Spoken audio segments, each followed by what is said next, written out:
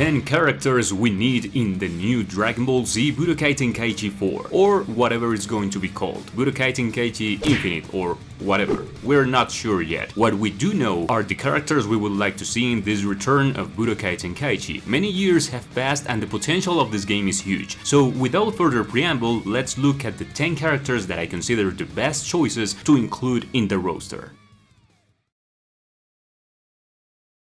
Small spoiler alert, so you keep in mind that we will talk about characters who participate in the recent Dragon Ball Super arcs in the manga. Now, without further ado, let's go with the video. Number 1. Moro. I wanted to start with the villains of the next arcs in Super, and what better way to do it than with this dude. Now, taking into account the Budokai Tenkaichi formula to add characters to the roster, they use a base version of the character, from which they will achieve transformations. These add different techniques and not very drastic changes to the melee moveset. So there would be 4 versions of Moro, having the base version as the old man, and it will evolve with its younger version and more powerful ones.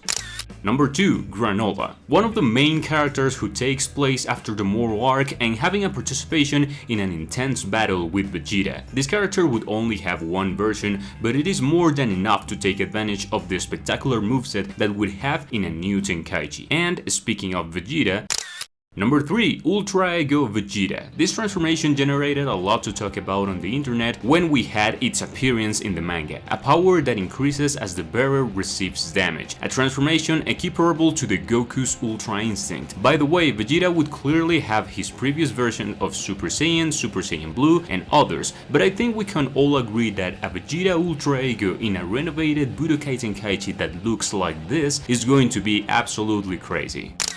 Number 4. Gas. Also having multiple transformations, Gas is positioned as another one that cannot be missed, with a colossal level of power and a repertoire of special skills that they have to give away. I think that its moveset enables developers to apply creativity without measure. You see, if you have any doubt why I'm taking so much into account the characters of the most recent manga arcs, it's because the game is very probably in an early stage of development. Everything points that the launch is still far away. At the end of 2024 it would be coming out, being very optimistic. Likewise, the Dragon Ball Super anime won't yet have catch up with everything, and anyway these games have always had manga as the main reference of material and not anime as I used to think a while ago.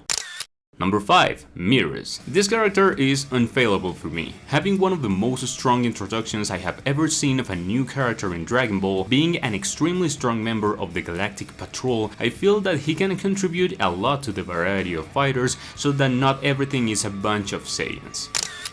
Number 6. Black Frieza. The powerhouse that came out to put order in the fight with Gas also has to be in the next Tenkaichi. Being as fearless as this character has always been, and with a design of his new transformation that looks very eye-catching, it is a spectacular Atman. It would be a little naive on Bandai's part not to include this character.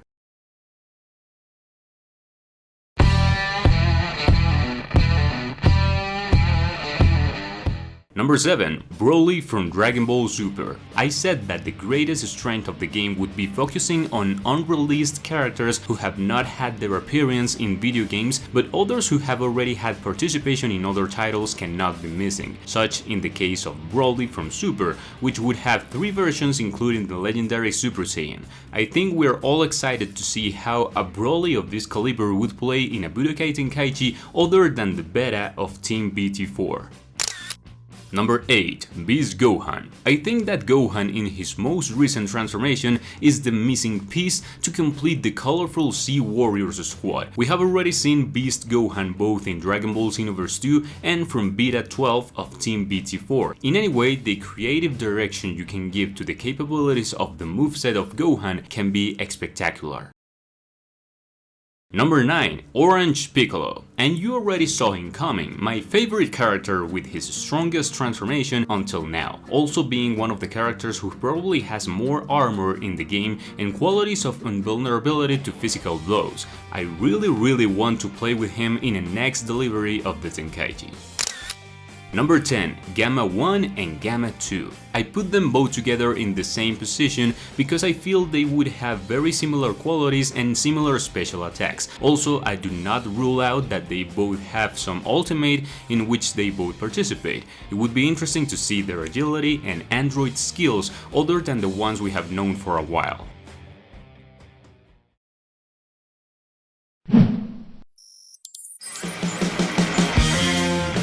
Cell Max. The giant characters were one of the biggest reasons why players felt more favored in terms of fan service when playing the original Budokai Tenkaichi trilogy. They are very unique characters who, despite taking up much more space on the field, have their curious ways of using them. But let's be honest, most of us we use them to fight with another giant that our friend chose and clash in a giant battle. Cell Max would be one of those characters, which although he is not the favorite villain of many, I feel that he is missing to complete the most relevant superhero characters.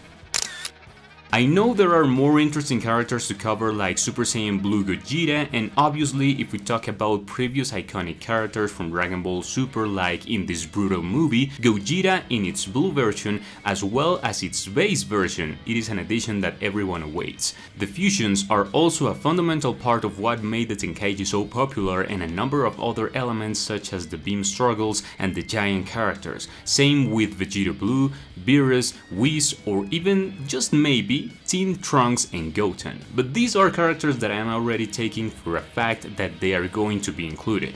I mean, Beerus and Whis, please, they have to be in the game. However, the others are more of a hopeful bet. We should not overlook the possibility that several of the characters from recent arcs are included in DLC packs that will arrive in the future. It's a little uncertain to think about it at this point, but with that said, I would love to know what other characters you would like to see in the new Budokai Tenkaichi 4 that I may not mention in the video. Leave it in the comments, guys. What things would you like to see in Budokai Tenkaichi 4 in terms of gameplay or content? Check this video out if you have not seen it yet. That was all for today, guys. Thank you for watching, take care, and see ya.